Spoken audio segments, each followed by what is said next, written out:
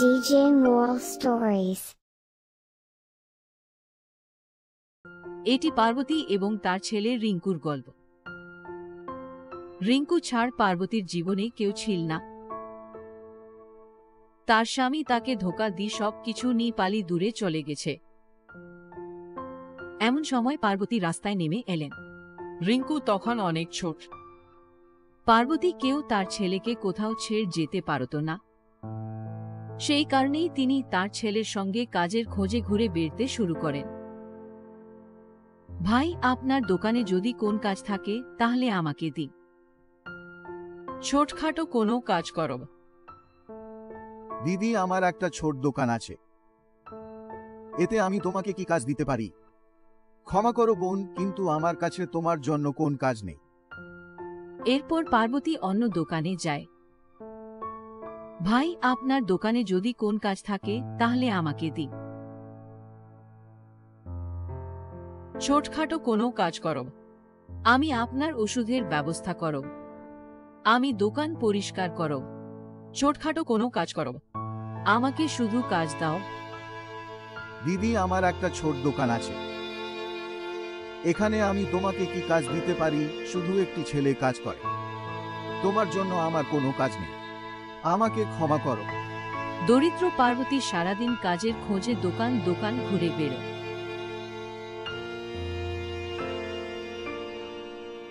কিন্তু তিনি কোনো চাকরি পাচ্ছেন না।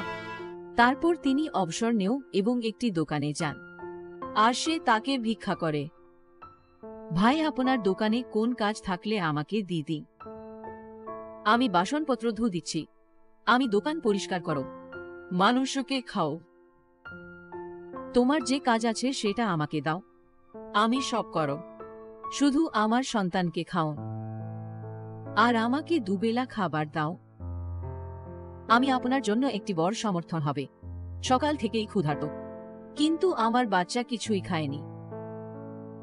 সমস্যা নেই দিদি, আমি একজন মহিলা খুঁজছিলাম যে আমার দোকান পরিষ্কার করতে পারে, বাসনপত্র পরিষ্কার করে মানুষকে সাহায্য করো। আমি তোমাকে কিছু টাকা দেব, আর দিনে দুবেলা খাবার দাও। কিন্তু আমার শর্ত হলো যে গ্রাহকদের কোনো অভিযোগ না থাকে, সব কাজ ঠিকঠাক মতো করো। ভাই, আপনি চিন্তা করবেন না।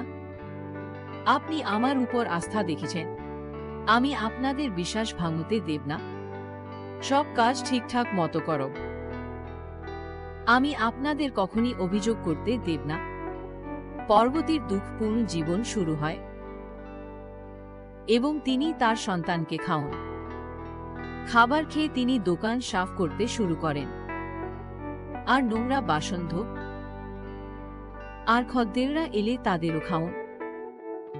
দোকানদারও তার সঙ্গে যত্ন নেওয়া হতো এবং সমসম তিনি খাবার এবং টাকা দিতেন। ধীরে ধীরে পার্বতী টাকা জমা করতে শুরু করল। কিন্তু একদিন দোকানে একজন মাদারি আসে। ভাই, এই নিন আপনার আদেশ। আপনি শাহী পনির এবং 2টি নান রুটি অর্ডার করেছিলেন। এই যে তুমি। পান করলাম, আর তুমি মদ খেয়েছিলে। বোকা মেয়ে, আমি ডাল আর কারি পনির অর্ডার দিছিলাম।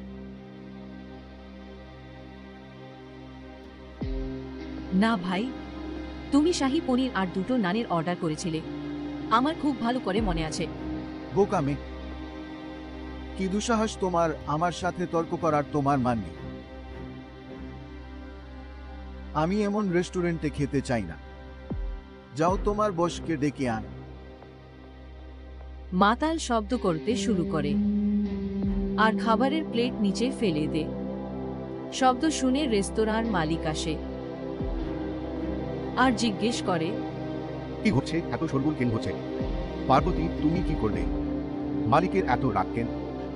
আপনি জানেন যে তিনি আমাদের নিয়মিত কাস্টমার, তার কাছ থেকেই আমরা সবচেয়ে বেশি মুনাফা পাই। না না স্যার, আমি কিছু করিনি। মালিক শাহী পনির এবং নান অর্ডার করেছিলেন, আমি তো তার জন্য এটি পেয়েছি। কিন্তু এখন তিনি বলছেন যে তিনি ডাল এবং কারি পনির অর্ডার দিয়েছিলেন। তোমার অনেক মর্যাদা আছে, আর তুমি আমাকে মিথ্যা বলছো। আমি এখন থেকে এই রেস্টুরেন্টকে দেখব না। খাওয়া দাওয়া তো দূরের কথা, এই বোকা মহিলা আমাকে মিথ্যা বলছে। রেস্তোরাঁর মালিক পার্বতীকে গালাগালি দেও শুরু করেন এবং বলে, আমি এই ঝুঁকি নিতে পারি না স্যার, আপনার কারণে আমি অনেক লাভ করছি। আপনি নিজে আসেন এবং অনেক লোক নিয়ে আসেন, যা আমার জন্য খুবই উপকারী। তুমি এখানেই থাকো, আমি তাদেরকে রেস্তোরাঁ থেকে বের করে দেব। এই বলে রেস্তোরাঁর মালিক পার্বতীকে জব থেকে বের করে ফেলে। দুঃখে পরিত্যক্ত পার্বতী রেস্তোরাঁ ছেড়ে চলে যায়। হে ভগবান, এখন আমার কি করা উচিত? আমাকে চাকরি থেকে বরখাস্ত করা হচ্ছে, আর শিগগিরই চাকরি পাব না। এখন আমার ছেলের কি হবে? পার্বতী সব এটা ভেবে চিন্তিত হপর। কয়েকটা দিন কেটে যায়, কারণ তিনি কিছু টাকা জমাতে পেরেছিলেন, কিন্তু এরপর তার সন্তানের জন্য কোনো টাকা নেই, যাতে সে তার সন্তানকে দুধ খাওয়াতে পারে। তারপর তিনি স্থান স্থান ভ্রমণ করে ওটা সংগ্রহ করেন এবং প্লাস্টিক বোতল, কাগজ, বই এমন গুরুত্বপূর্ণ জিনিসগুলি সে এসব সংগ্রহ করে আর কি আবর্জনা বিক্রি করে, আর কিছু টাকা লাগে এবং তার সংসার চালানো শুরু করে। একদিন তিনি আবর্জনা সংগ্রহ করছিলেন, তারপর সে একটি সুন্দর বাঁশের ঝুমকো দেখে, যা দেখতে খুবই সুন্দর। পার্বতী এতে আকৃষ্ট হয় আর মনে মনে চিন্তা করে, ওহ ঈশ্বর, কত সুন্দর বাঁশের কুটির! যদি আমি এরকম কিছু তৈরি করে চালাই, তাহলে লোকেরা আমার বাঁশের কুঁড়তে আকর্ষিত হবে, আমার খাবারও পছন্দ হবে। আমি খুব ভালো রান্না করতে জানি। পার্বতী তার মস্তিষ্ক ব্যবহার করে এবং প্লাস্টিকের বোতল সংগ্রহ করতে লাগে। আর সব বোতল সংগ্রহ করার পর তিনি কাঠের সাহায্যে তাদের বেঁধে রাখে।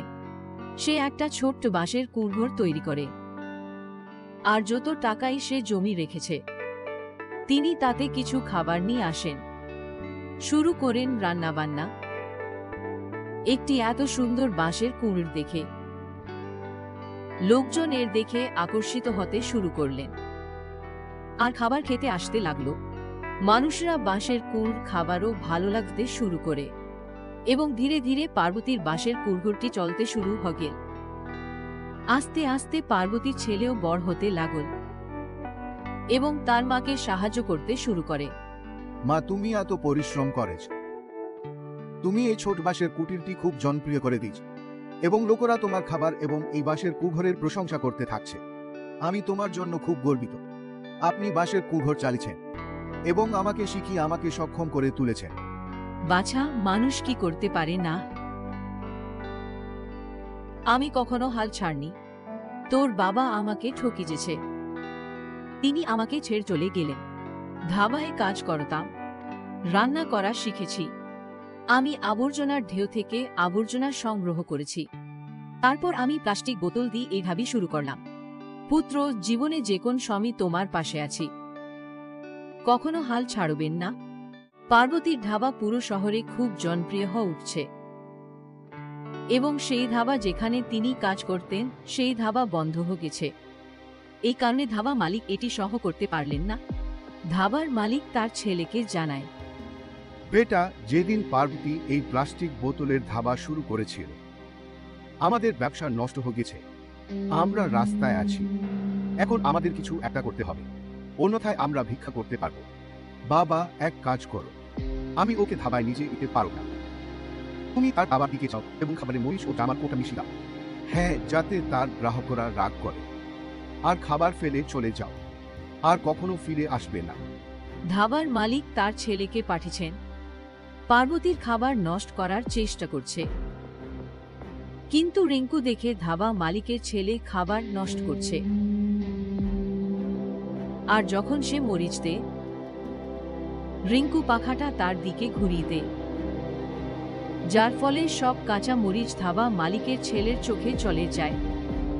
পার্বতী তা দেখতে পায় আর সে দেয় এবং পানি নিয়ে শিশুর চোখে পুরে দেয় এবং তাকে ডাক্তারের কাছে নিয়ে যায়।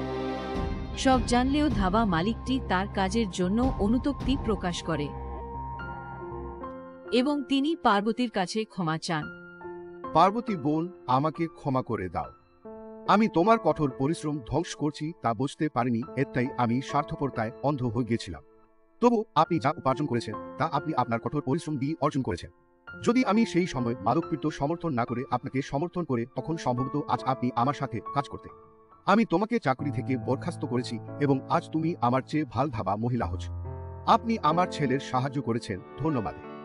কোন সমস্যা নেই ভাই, আমি কখনো বলব না যে আমি কেবল সাধারণ খাবার রান্না করতে পারি। তবে তোমার ধাবায় থাকার পর আমি ভালো খাবার রান্না করার শিখলাম। তাই তুমি আমার জীবনে অনেক গুরুত্বপূর্ণ। আপনি আমার সবচেয়ে প্রয়োজন ছিলে, আমি আপনার সমর্থন পেয়েছি এবং আমি তোমার ধাবা থেকে উপার্জিত টাকায় এই প্লাস্টিক বোতল দিয়ে আমি এই ধাবা চালাইছি। এরপর পার্বতীর প্লাস্টিক বোতলের দোকানটি আরও ভালোভাবে চলতে শুরু হলো এবং তিনি ধাবার মালিককে তার সঙ্গী বানিয়েছিলেন এবং তাদের প্লাস্টিক বোতলের ধাবা খুব ভালোভাবে চালান।